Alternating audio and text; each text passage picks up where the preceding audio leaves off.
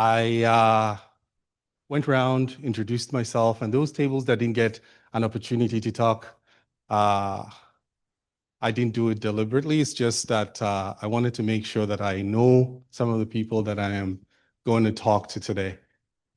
Uh, Emma. She kept persistent, Emma, and talking about you. She kept bantering me with emails and emails. I'm like, no, I'm just a police officer. These guys are education directors. What am I doing here? You guys are to educate me rather than me educate. But someone once said, follow your heart. The reason I joined Anishinaabe Police was because looking at the landscape of policing, we need a lot of good people around our Indigenous brothers and sisters. That's why I joined NAPS. And following my heart, I said, okay, let me come and show a snippet of what we do as police officers in NAN communities. I am Miles Orakwelu. My last name is from a tribe in West Africa, Nigeria. And what it means is we all agree. If we all agree, a lot can be done. So I also want to introduce my buddy here that goes along with me. Keep my paper here. His name is Darren. Darren the Lion. And as a DARE officer, I want to show you what DARE officers do in our communities. You, like I said in the beginning, you all know what bullying is. You know what everything, you know where resources are. I can't teach you what you guys are educated, education directors for crying out loud. You guys know about this, but this is how we plug in to create a relationship with the children in our communities. So as a DARE officer, I, I don't know if you all know what the meaning of DARE is. No, okay.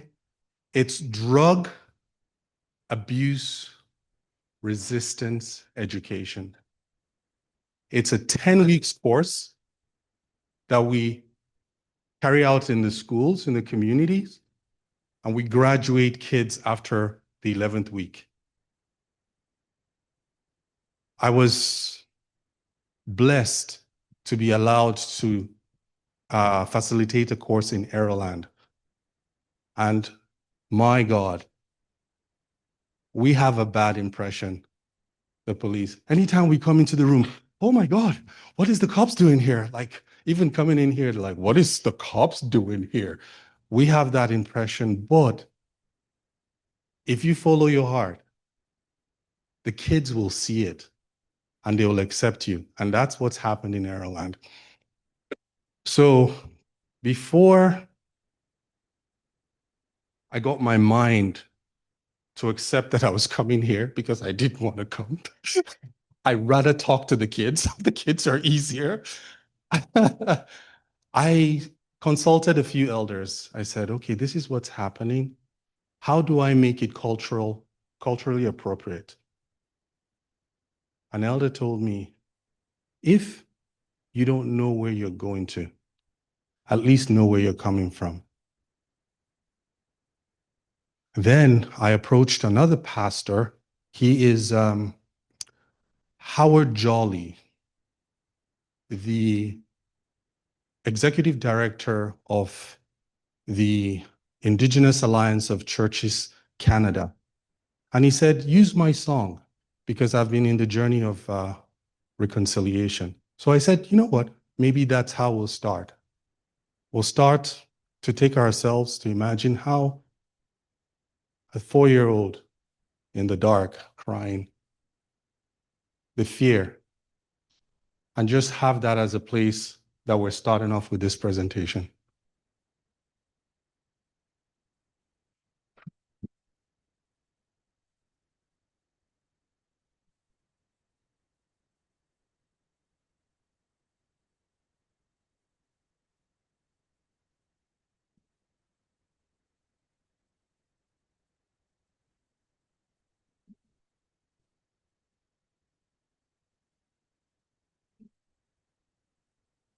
I hear voices crying from the ground.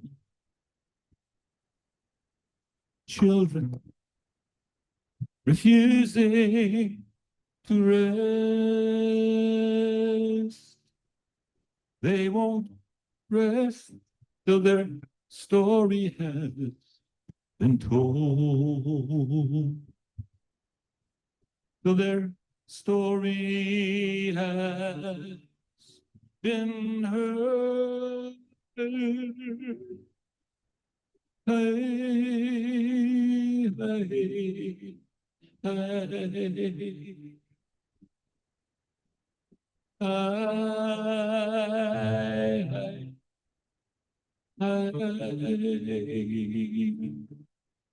they cry, bark, where my body has been laid with a stone inscribed with my name. I died so far away from my home, broken hearted, afraid, alone. I, I,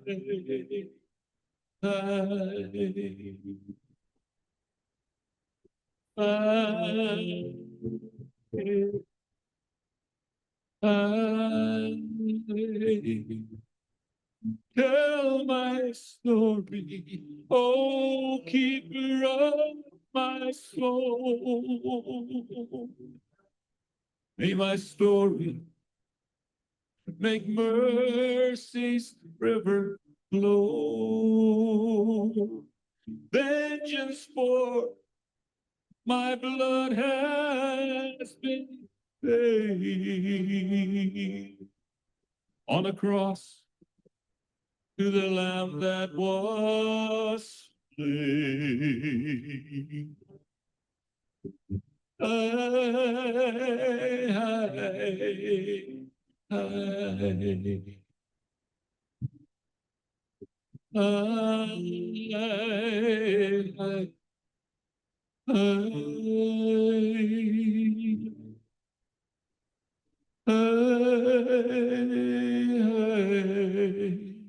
hey,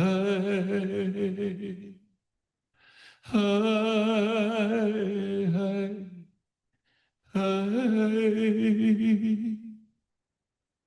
I hear voices crying from the ground.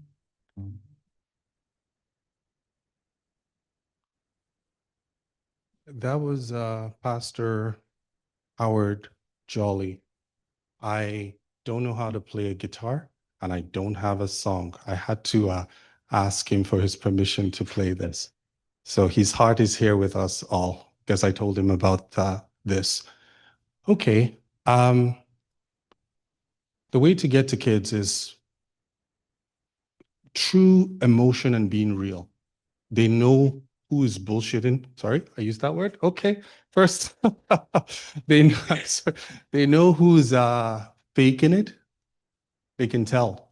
So how I start off, this presentation is about what we do in the community and how you guys how to get you guys to feel what the police is doing as their officers in the community. So I always ask for a kid to help me take care of Darren while I present because sometimes he wants to talk and he gets in the way. So we'll ask, please, if you could take care of Darren for the, and please remind me to take Darren when I'm leaving because sometimes I forget him. Okay. A lot of kids have braided his hair. If you can see, it just, I actually ask the teachers before I go into the classroom. So they tell me, okay, this person has been good. This person is dealing with stuff. So I know who to take it to. Okay. I think this is my third presentation, and every time I say, I'm not going back because I'm not good at this. I'm not going back. And I keep coming back. So it's been a series of learning, uh, especially on the topic of bullying. And we, in the first class, we talked about bullying. We defined it as a behavior, an aggressive behavior that involves a persistent power disorder. You keep poking at somebody until something cracks. That's just defining it to the kids. And that's what I'm doing right now. We also talked about the types of bullying. We said that there's physical, verbal, social, and cyber. Cyberbullying is what we're going to narrow our topic on today. It's very, when you're talking about bullying in its entirety, you can say, okay, let's talk about physical. Let's talk, but narrowing it down to cyber. It took uh, it took a while to get this power slide up, and Emma was asking me, and I must confess, I was traveling a lot and I couldn't give you that power slide.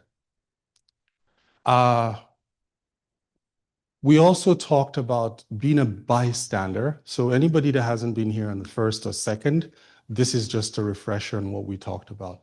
A bystander is somebody that stands and watches bullying happening and doesn't do anything.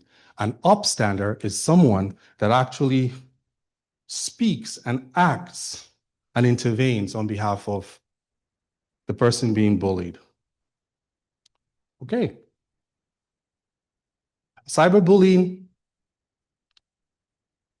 before we start this video, because talking to kids, it's very quick to lose their attention. So we use a lot of animation and video to keep their attention going. So that's how I'm presenting to you guys today. Uh, Defining cyberbullying. Cyberbullying is bullying, but it's mostly on device. Social media platforms, messaging, gaming platforms, all that kind of devices that access you to the internet and access you to a social group. That's narrowing it down. This video is a silent video on how punches from the internet don't leave a mark, but it still hurts. So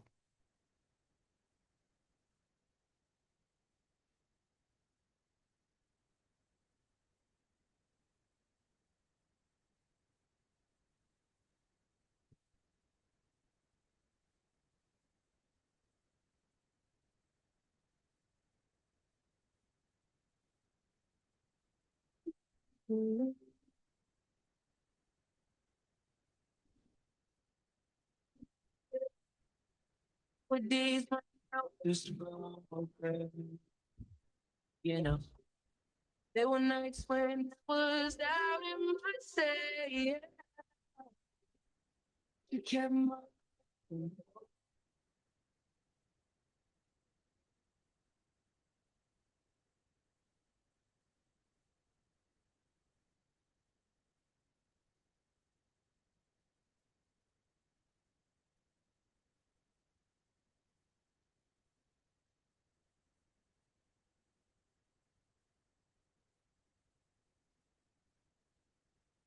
I had to ask for the clicker. Okay. A lot of our kids have access to, yes.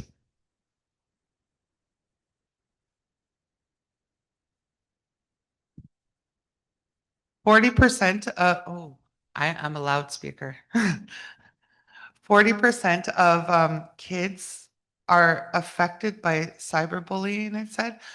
I don't know. I almost feel like that number could be higher Oh, yes. when you account for the bystanders, because even the person who is being bullied, yes, there's emotional, physical impacts that reside within their bodies, but even the bystanders, the people who see this going down, that impacts them as well. And the other piece is the bully themselves.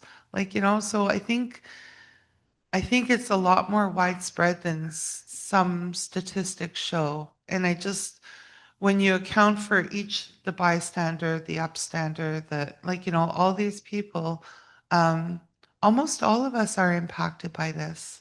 I'm sure all of us have seen somebody get bullied somewhere, sometime, and either we've said something or we didn't. And so I think 40% is a high, shocking number, but I think the actual number is higher. I 100% agree with you. Like you said, it's stats, right? This is what people have reported. People that are bystanders don't want to do anything. They don't even report what they've seen. So that couldn't be put into the stats that you're talking about. So yes, it is higher. It's just that some people are not stepping up to talk about what they have seen. Okay. So as teachers, as parents, as uncles, aunts, how do we understand the types of cyberbullying? There's harassment, impersonation. The definition is up there. It says harassment involves repeated aggressive messages, while impersonation is when someone pretends to be another person online. This happens a lot. You educators understand what I'm talking about. With the kids, we break it down for their consumption. Doxing and exclusion, this is revealing personal information. Now trying to get into the cop side, because that's how we think. We try to figure out how we can save the victim if charges are to be laid or diverted. So this is how we try to gather all those evidence to use to do, bring justice or bring peace or closure to the victim. Trolling as well. With parents and teachers, understanding a kid that is being bullied, cyberbullying, it doesn't leave any trace of evidence. So if you notice a child has behavioral changes, withdrawing, having anxiety, depression, that could be a sign that something is happening that they're not telling you. Being secretive online, not trying to let you know what's happening and hiding, that could be a sign as well. Most of our parents say, when it was my time, it was more difficult. Now, you could just log off. Just block the person. Just throw the phone away. That is not a way to communicate. You have to be open. In such an instance, you could use, back in my time, we didn't have computers. I don't really know what's going on in those computer world. Could you show me? That opens up a dialogue for the kids to be able to approach you when something goes wrong. So understanding how to communicate, we have to create a safe space so that we can establish trust. It's so easy for kids they have such young minds and it's all over the place and they can assume things from friends telling them, oh, my parents do this, hit me. Then all of a sudden you're losing that connection. So create a safe space for them to be able to trust you and talk to you. Ask the right questions. Open-ended dialogues. Okay, has that ever happened to you? Now that you've shown me that this is a possibility online, it creates that safe environment to be able to know what's happening with our adolescents that live with you, or you are a teacher in a facility where you have kids. Encouraging them to have digital literacy. I heard the last speaker talk about it. There was a lot of information there.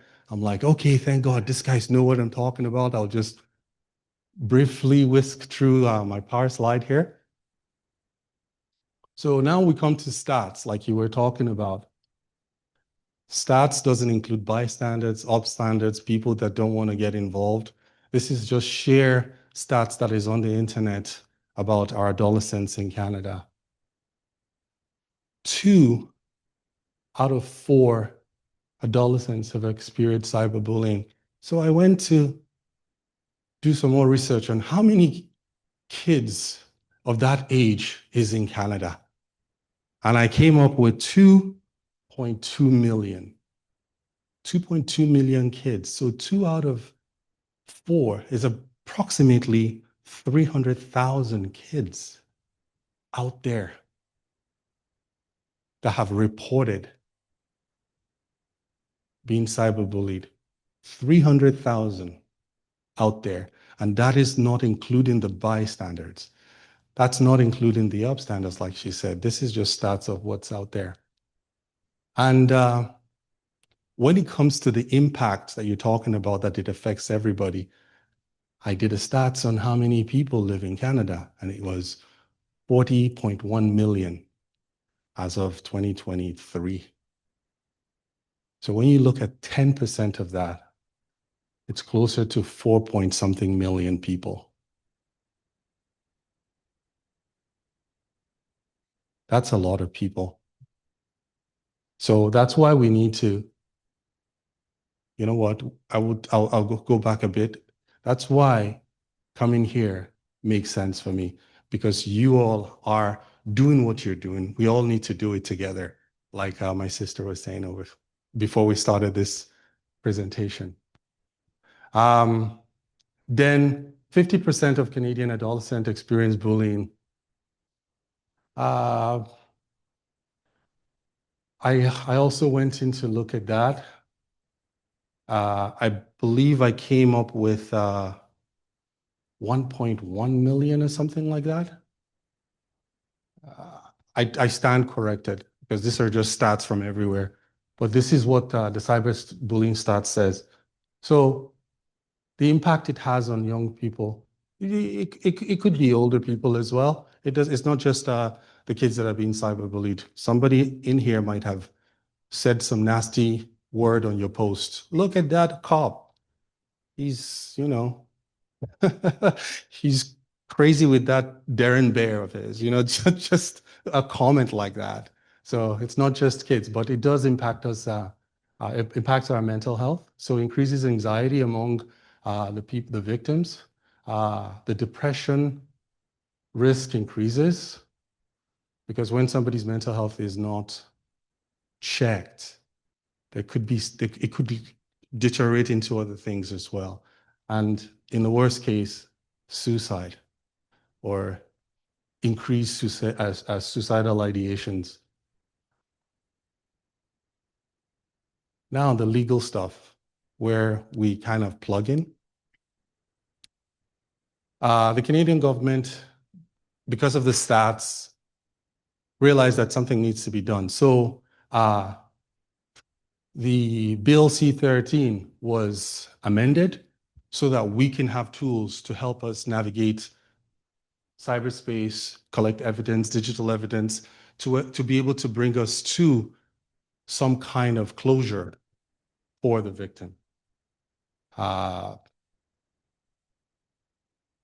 to the next. These are some of the charges that stems from gathered evidence. So while less than 20% of cyberbullying incidents are reported, the ones that are reported could have a criminal code charge laid to the bully. And it starts from criminal harassment, child pornography. If you are watching, keeping, sending pictures of people that do not give you consent to and they're under 18, that could be a charge. Sharing intimate images. Kids don't really understand sometimes the ramification of their actions, and they do that. It could lead down to that. So us as educators, we need to be aware of charges like this and have better tools to help guide the kids make right decisions or be literate using cyberspace, uttering threats, identity theft, creating a fake profile. Oh, I like this girl. She's my girlfriend. I see other boys talking to her. I'm just going to create another profile. And it's simple. I'm trying to protect my girl, but if we gather evidence that shows that you've taken somebody's identity, that could be identity fraud. and defamatory label. So those are some of the charges that could be laid on the police side of things because of the amendment of Bill C-13. We have initiatives like programs like this, trying to figure out how to help our young people. The frameworks are all there.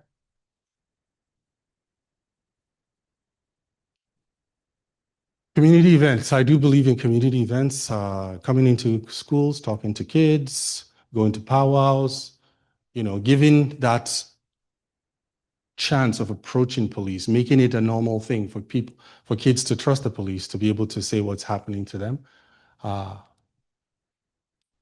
We have, if you're approachable, then you can have mechanisms to report cyberbullying safely, even in the house, being able to have your kids communicate with you. So the style of presentations that we have to the kids is always engaging. First of all, you catch them by doing some kind of activity, then videos, and as you're closing, you end with a video so that that boring lecture of all the jargons that we're saying doesn't just fly away. You all bring it in with a video. So I will play this video so that what I've said can all sink in.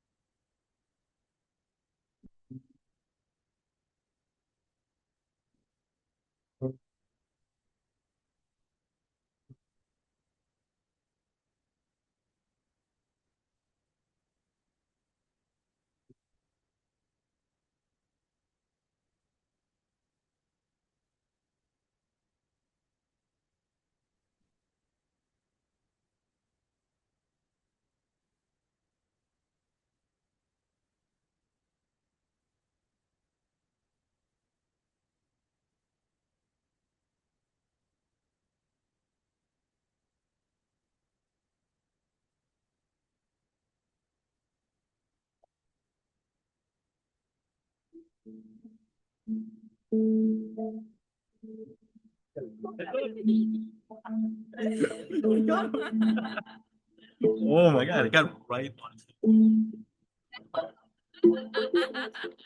So pathetic.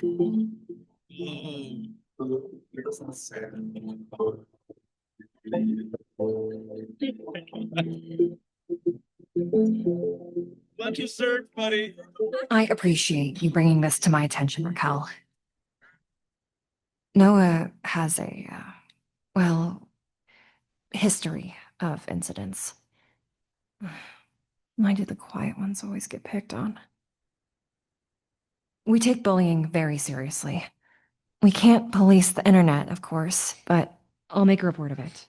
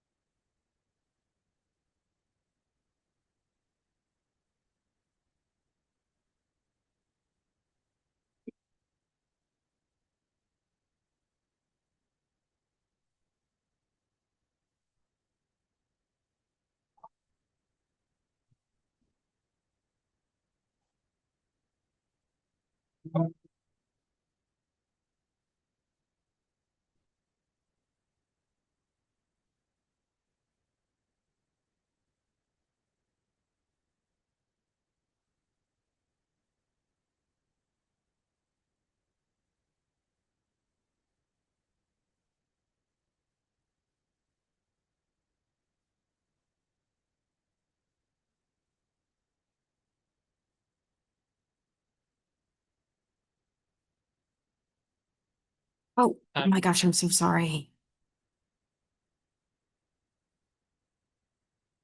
Hey, are you okay?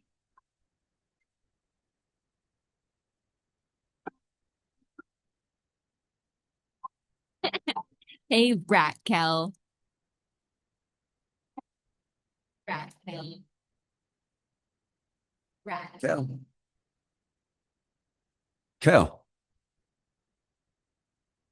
You're kind of quiet.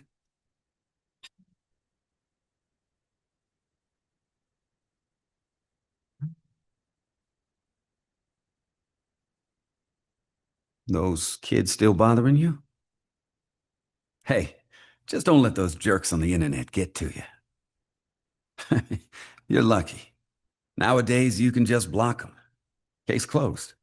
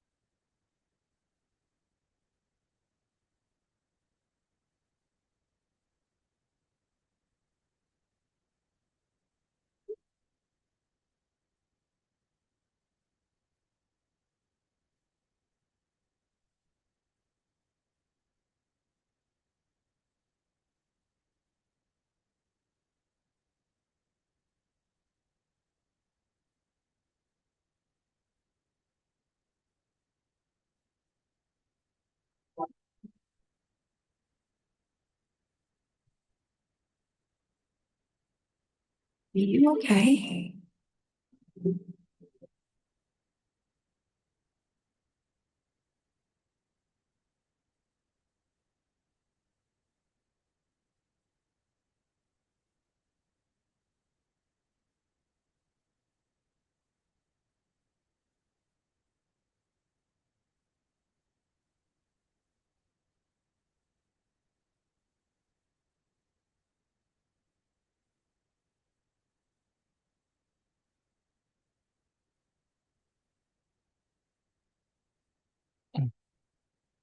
Hey,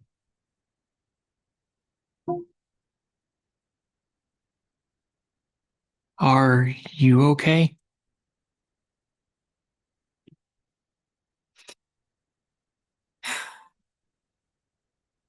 Man, this sucks.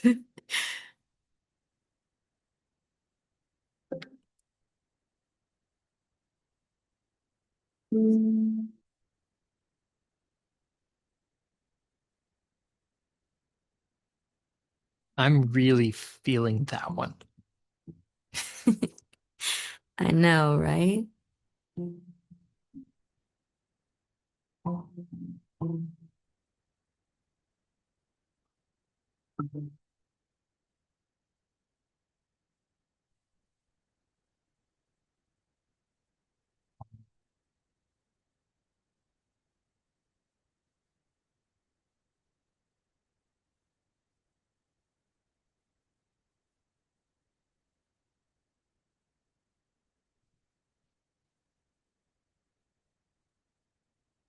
Are you okay? With kids, it's how you make them feel that teaches them what you're trying to say. And you have to be repetitive. That is how we present to the kids. And I hope that this presentation has given you that feeling that you need to stand up and make the pledge. Okay? So let's all stand up if you're willing to make the pledge and put your name in the spot there and read so that we can start a hashtag here. Freeze the hate. Freeze the hate is a hashtag that I want to start off so that people could send pictures to encourage kids. Any good picture, freeze the hate. Let's start something in Northern Ontario that will make the internet know that we're going to stand up against bullying. So if you want to stand up, and I'll start the count. Okay? In 1, 2, 3. I I'm going to do my best to be a good citizen. I am taking the NAPS challenge, making this pledge to help stop bullying in my community. To do this, I will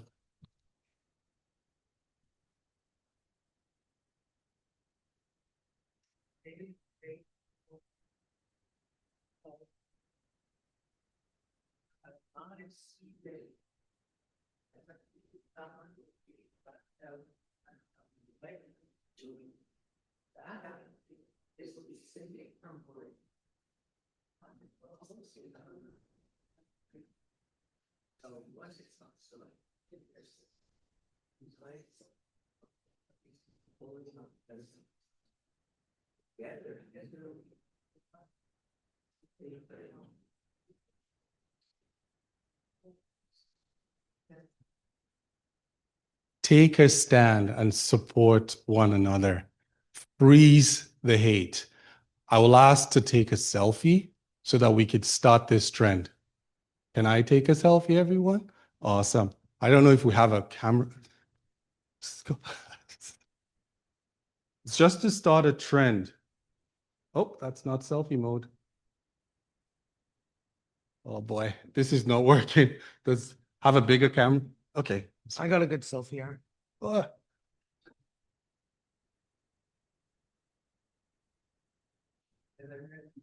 So I'll just go freeze the hate. Freeze the One, two, three. Freeze the hate. Awesome. Go. Thank you. So at this point, we'll play the game. I am just doing it the way we do it to the kids. You guys are getting a snippet of how we interact with kids in the classroom. So if you're a teacher and you see the cops coming to do a DARE program, don't say, oh, we don't want, please allow us come in because this is some of what we do. This is just a snippet and we're talking about cyberbullying. So now if the kids love to have their phone, so everybody get on their phone and log on. All you need to do is scan that QR code or go to Kahoot. Oh, Sophie's on. Good. I do have prizes. Yeah. So don't be too competitive. Like, oh, I have to be first.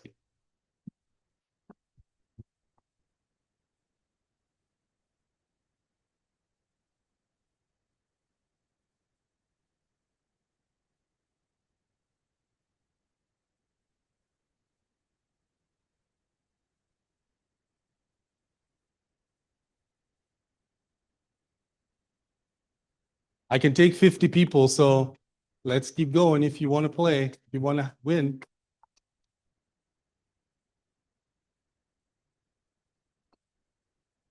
Anybody still having trouble?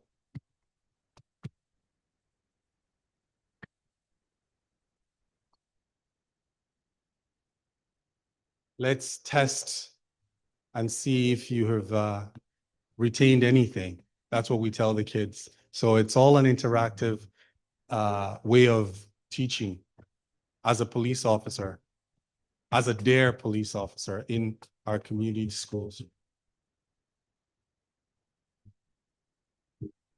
Kids sometimes don't retain things the first time, but how you make them feel will make them remember you, even if it's just, oh, the police officer came to my school. Okay, everybody on? People still having issues logging on?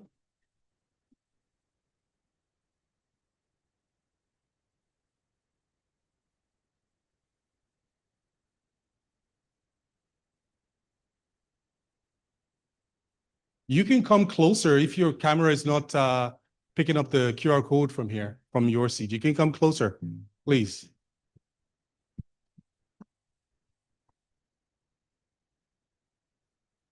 Okay.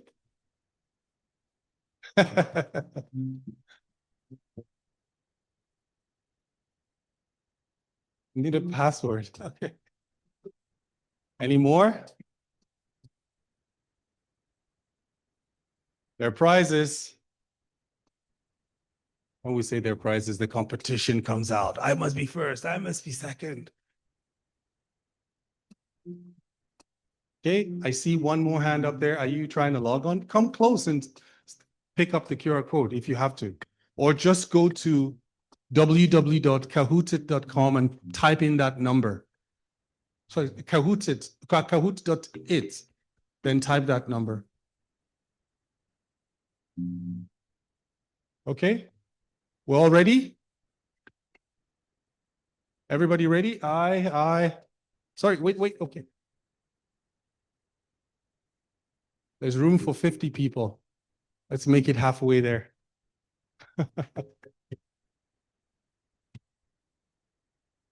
Somebody's dancing back there. Like this, ready to go. They're all in? Awesome. All in? Okay, I will ask you to start. So the first person to answer gets the highest point. So the questions, just click the right answer as fast as you can.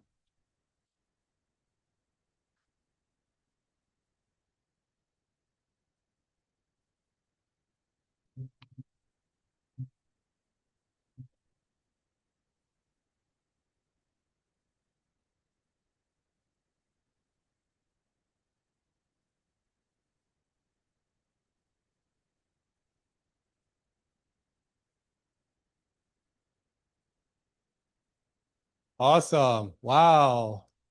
We got one person pick the red.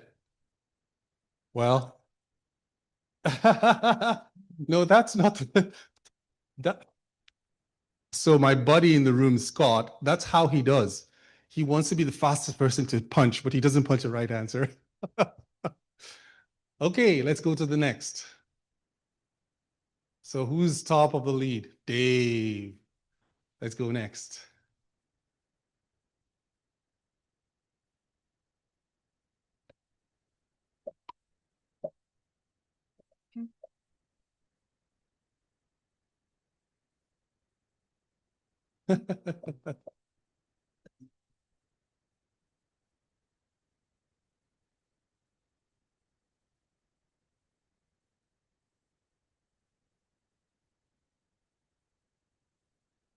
Click next. Let's see who's top in the lead there. Scoreboard. Dave still up there. Oh, lead, Dave. Okay, next one. True or false? Oh, look at the answers. That was fast.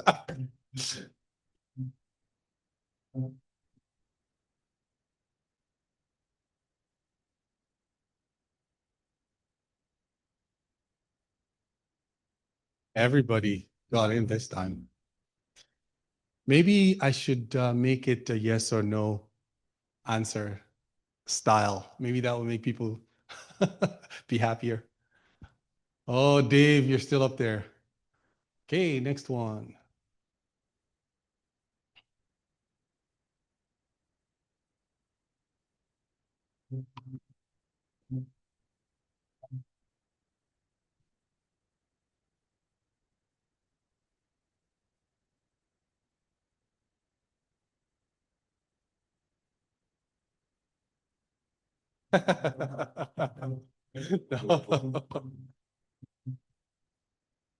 Awesome. Next. Oh, Dave is still up there. Oh, who's Dave? Who's Dave? Okay, I think we all should look at Dave so that we know who we're fighting against.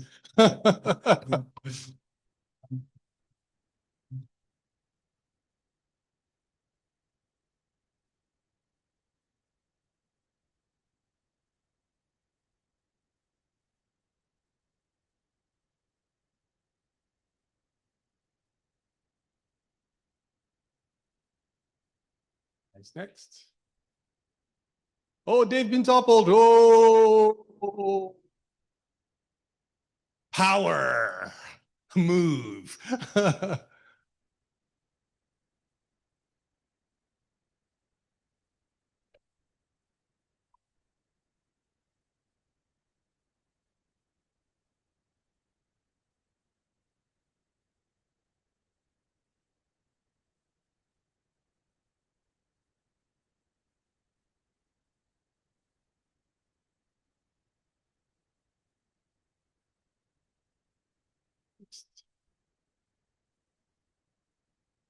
Cool guy.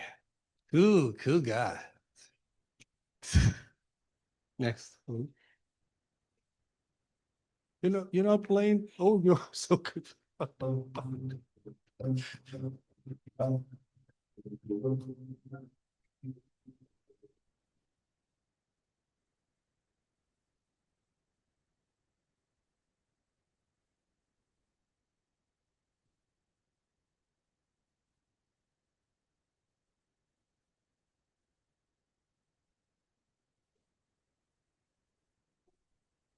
Ooh, good job.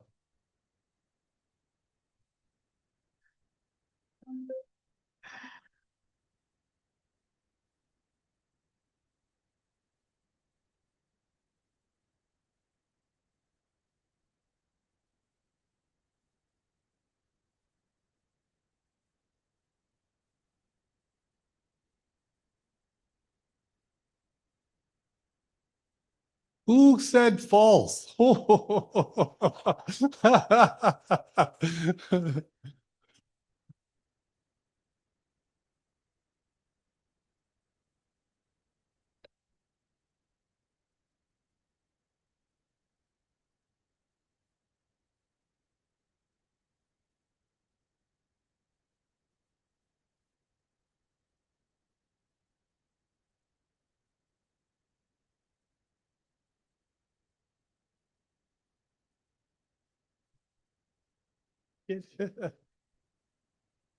Oh, Sophie.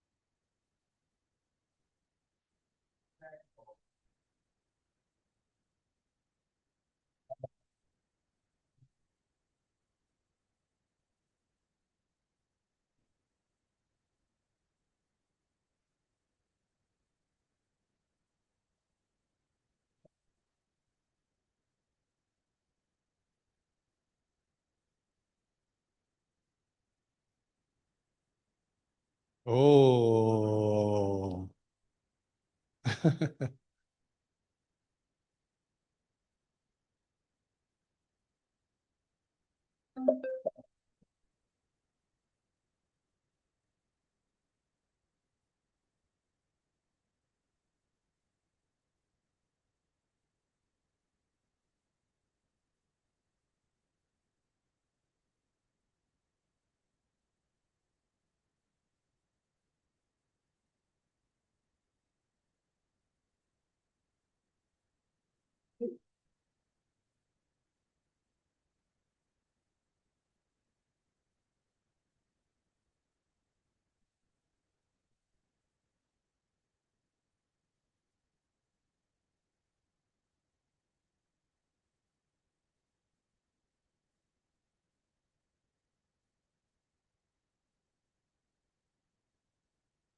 Fight back. Oh, so.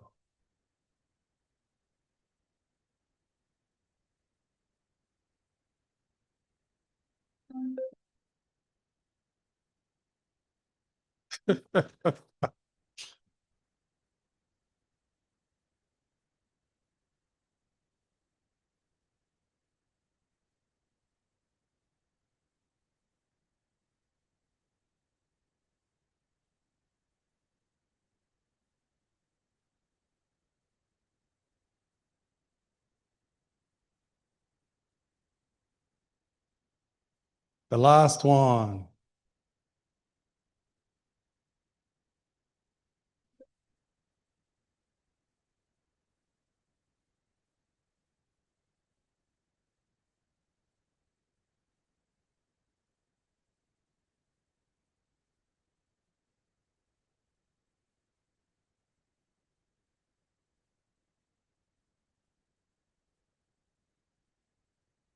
Okay, that comes to the end. Let's see the winners. Emma. Cool guy. Oh, so where are winners? I'll just walk over and give you your prizes. So where, I know Emma, cool guy. Who's cool guy? Let's be honest. Anybody? Oh, you're a cool guy. Okay.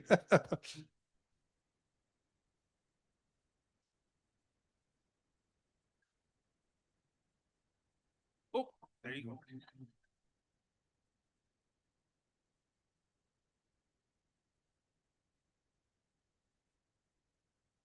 Yeah.